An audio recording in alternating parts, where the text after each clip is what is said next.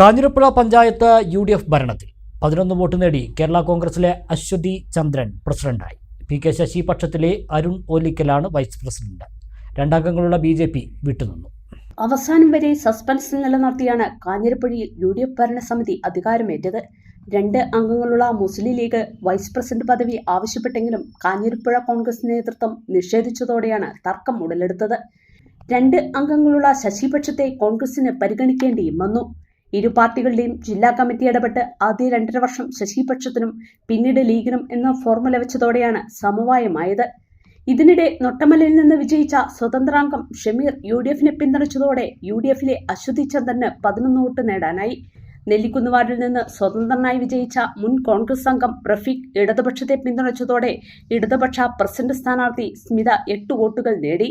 UDF vice president സ്ഥാനത്തേക്ക് മത്സരിച്ച ശശിപക്ഷത്തിലെ Arun ഓലിക്കലും 11 vote ലഭിച്ചു.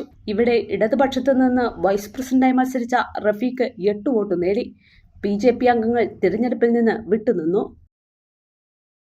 തരുന്ന സ്വർണം നല്ലതും വിശ്വസിക്കാൻ പറ്റുന്നതായിരിക്കും. നമ്മുടെ കെൻസ ഗോൾഡൻ ഡയമണ്ട്സിലെ സ്വർണം പോലെ. Kenza golden diamonds, Kalladikode, Kottopadam, Elambulassery.